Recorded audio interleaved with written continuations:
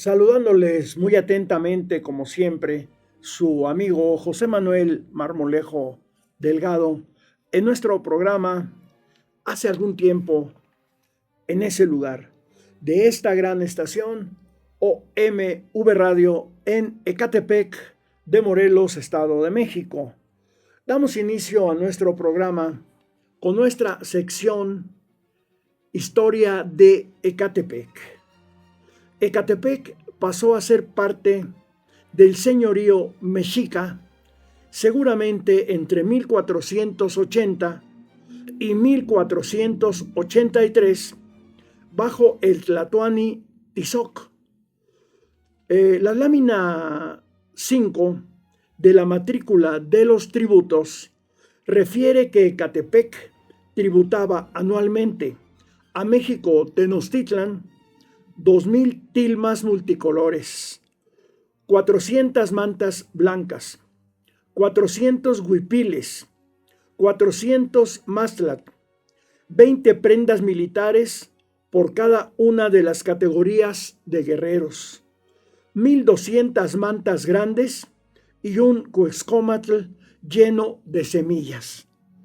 Enrique García Escamilla hace referencia que como señal de dominio en el Huaxicali o plato de Tizoc, aparece haciendo de los cabellos a un Ecatepeca. Y ese era el símbolo de dominio, de control. Sin embargo, Ecatepec conservó cierta autonomía al estar emparentados sus gobernantes con la cúpula del poder Tenochca. El primer tlatoani mexica de Ecatepec fue Chimalpili, nieto de Moctezuma y Luicamina, y su último señor fue Huanitzin Panitzin, su último señor mexica, precedido de Tolnáhuac. Huanitzin fue hecho prisionero por Hernán Cortés junto a Cuauhtémoc. En 1520 Ecatepec fue gobernado por Chimalpili II, hijo de Ahuizotl y de una mujer ecatepeca. Pues esa es tan solo parte de la historia de nuestro querido municipio Ecatepec. Ecatepec es cultura e historia. Ahora nos vamos rápidamente a nuestra temática general. Ya vamos a concluir en algunas sesiones nuestra denuncia, digamos, o nuestra charla acerca de la derecha, para retornar a los tiempos en que nos quedamos cuando vino el juicio por el asesinato de Álvaro Obregón. Recurrimos al periódico La Jornada, que en su número 13.396 del sábado 6 de noviembre de 2021, sección Opinión, página 17, publicó esta nota: la derecha europea y el fascismo libertario, como el de Milei, se enquista en los movimientos negacionistas contra vacunas, cubrebocas, pasaporte COVID, 5G, provida, aborto. Recordemos que en el 21 estaba a todo lo que daba pues la pandemia del COVID.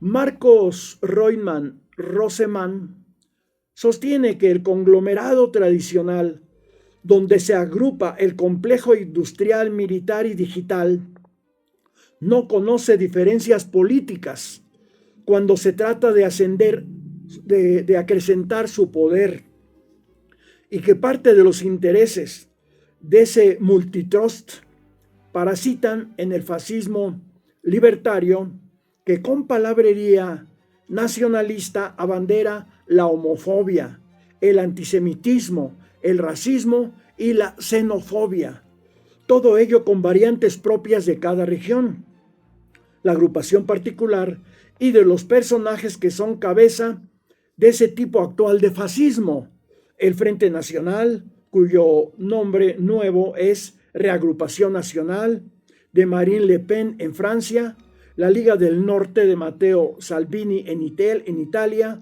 dorado en Grecia y grupos de ese corte en Europa del Este, que han avanzado electoralmente, ganando ayuntamientos, congresos y comunidades autónomas. A la larga lista de este neofascismo se han sumado nombres nuevos como Éric Zemmour de Francia y Giorgia Meloni en Italia. Postulan las libertades individuales como divisa máxima. Ese fascismo presuntamente nuevo no lo es del todo. Circula por las venas de la derecha conservadora y es la sangre de los partidos liberales. No hay distancia entre derecha y fascismo libertario. Reutemann pone como ejemplo de esto el caso de Isabel Díaz Ayuso, presidenta de la Comunidad de Madrid, quien afirmaba que se tenía que aprender a vivir con el virus del COVID-19 y rechazaba el confinamiento para no propagarlo. Estaba en contra de la prohibición de fumar en público y de que la gente se mantuviera en casa por la pandemia. Libertad o comunismo, espetaba. Nuestro autor manifiesta que el neofascismo no requiere ser mayoritario, no. Desde su minoría se convierte en bisagra para el acceso al poder del conservadurismo, como se daban los casos en Rumania, Moldavia, Lituania, Austria, Estonia, Finlandia, Eslovaquia o Eslovenia. En España, Vox facilitó la gobernanza del Partido Popular en Andalucía y Madrid. En el año 2021, 15 partidos de esta corriente en 14 países signaron una componenda manifestando su inquietud por el retroceso de los conceptos de familia tradicional, nacionalismo, leyes LGBT, por el recorte de libertades por causa de la epidemia. Las personalidades signatarias fueron Víctor Orbán, Marianne Le Pen, Matteo Salvini, Santiago Abascal de Vox, Giorgia Meloni, de la fascista Hermanos de Italia y el polaco Jarosław Kaczynski. Su estrategia libertaria condujo a que el día 9 de octubre fuera asaltada la sede central de la Confederación General Italiana del Trabajo, en protesta por la exigencia del certificado de vacunación anti-COVID para tener derecho a realizar actividades públicas. Es un movimiento negacionista. No a las vacunas, no a los cubrebocas, no al aborto, no a la igualdad femenina, porque todo ello compete al individuo y no al Estado.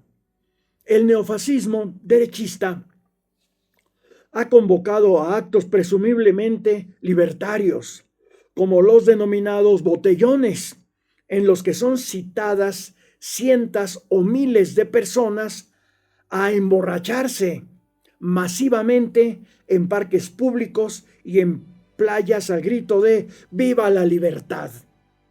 Esto estaba ocurriendo sobre todo los fines de semana.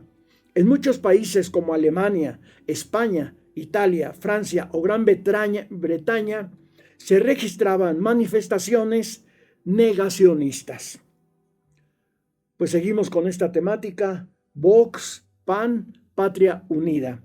El periódico La Jornada, en su número 13.818, del domingo 19 de junio de 2022, en primera plana, publicó esta nota: Nuevo grupo de derecha busca proteger a las firmas españolas.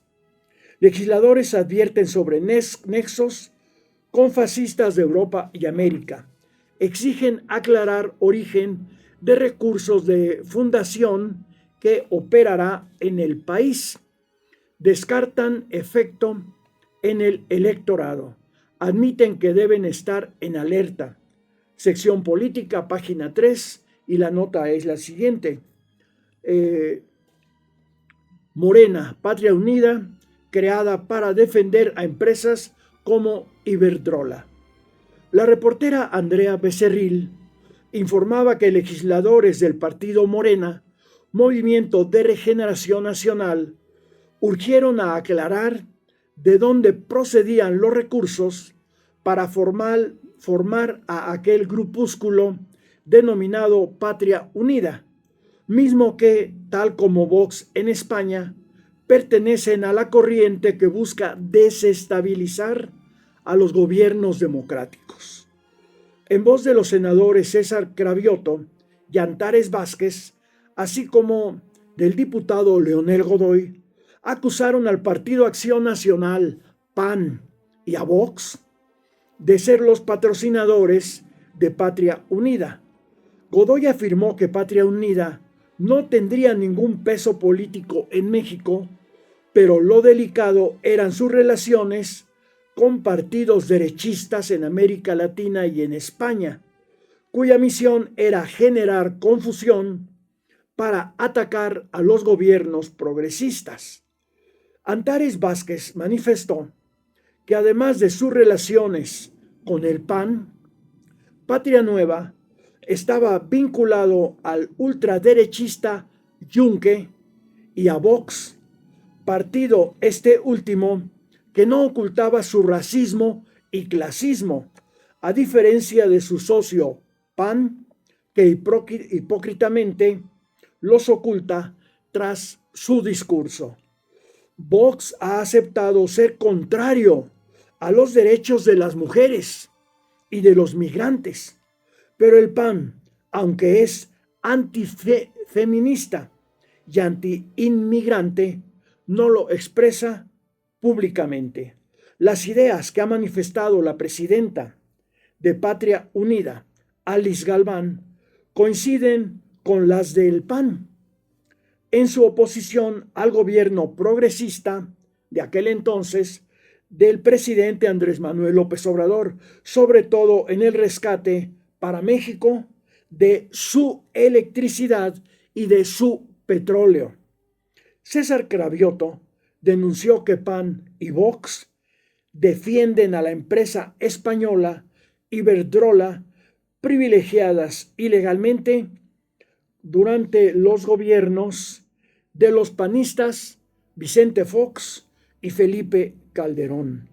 Auguró nuevo futuro para Patria Unida, similar al fallido grupo Frente Nacional Anti-AMLO Frena.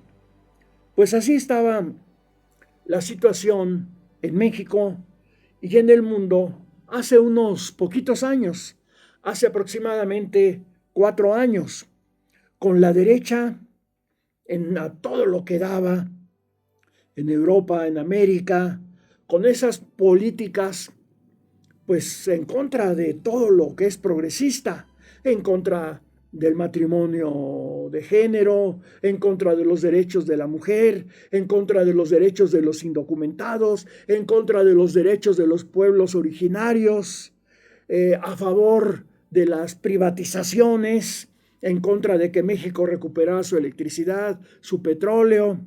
Esa es la derecha que actualmente gobierna en los Estados Unidos, con ese tipo tan peligroso para el mundo que es Trump, con los genocidas que dominan en Israel a través de Netanyahu, que está cometiendo tantos crímenes en Gaza, crímenes que no podemos tolerar los seres humanos. Esa es la derecha que hay que detener ya.